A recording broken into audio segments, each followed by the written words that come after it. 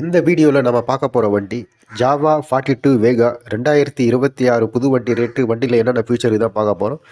உங்களுக்கு two wheeler auto புது வண்டி ரேட்டு தெரிஞ்சுக்கணுன்னா சேனலை சப்ஸ்கிரைப் பண்ணி வச்சுங்க. தொடர்ந்து வீடியோ வந்துட்டுருக்கோம், நீங்கள் இருந்த இடத்துலேருந்தே பார்த்து தெரிஞ்சுக்கலாம். வாங்க வீடியோக்குள்ளே போயிடலாம். வண்டி engine CC 294.72 CC, single cylinder 4 stroke DOHC BS6 2.0 கொடுத்துருக்காங்க.